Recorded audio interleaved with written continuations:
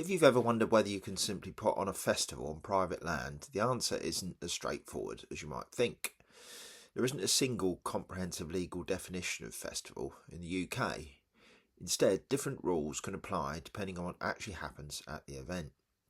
Today we're going to look at those rules, from licensing and alcohol to food, music, and longer term consequence of bringing attention to land or waterways.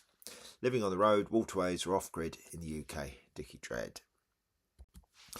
And we're in part 48 of the video series, still on chapter 6, parties, gatherings, raves and festivals. And today we're looking at regulations on festivals. So in the UK, there isn't a single comprehensive legal definition of a festival.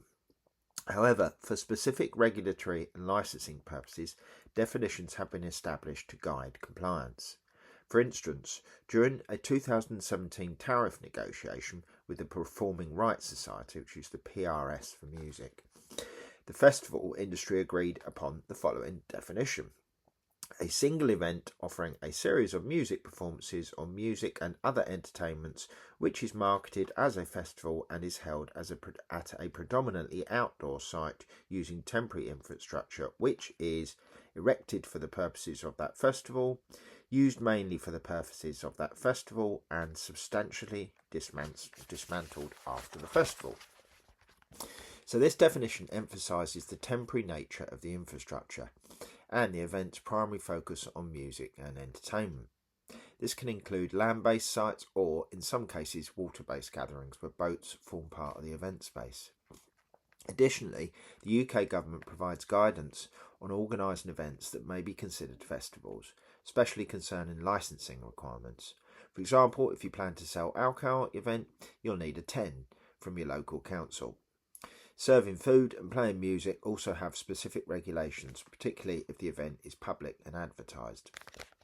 It's important to note that various laws may apply to festivals, depending on their nature and activities. These can include licensing laws, food safety regulations, environmental laws, health and safety legislation, and intellectual property rights. For instance, the Licensing Act 2003 in England and Wales regulates the sale of alcohol and public entertainment, requiring appropriate licences for such activities. Given the complexity and variety of regulations that may apply, it's advisable to consult with local authorities or legal experts when planning a festival to ensure full compliance with all relevant laws and guidelines. My advice is to talk to mates that have done all this in the past. They'll have worked out loopholes and ways to stay under the radar.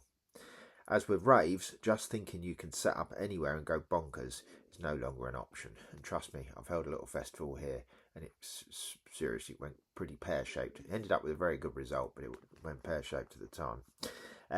For those living on land or water, whether in a caravan, small holding, boat or off-grid setup, events carry longer-term consequences. Yes, a single gathering can bring attention from neighbours, which is pretty much what happened to me, councils, which is pretty much what happened to me, or police, which is also what happened to me, and does not disappear when the music stops.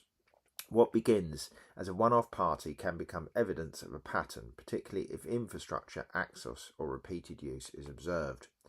On waterways, that visibility is often tied to mooring patterns and complaints rather than land use, but the outcome is the same. Once attention is drawn, it rarely disappears.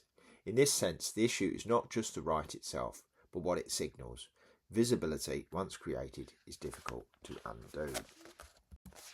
So there is no single set of regulations covering every festival. What matters is the nature of the event and the activities taking place. In the next video, we'll look at two case studies, a small festival on private land and a gathering on a line of boats. Then we'll move on to chapter 7, which is police treatment.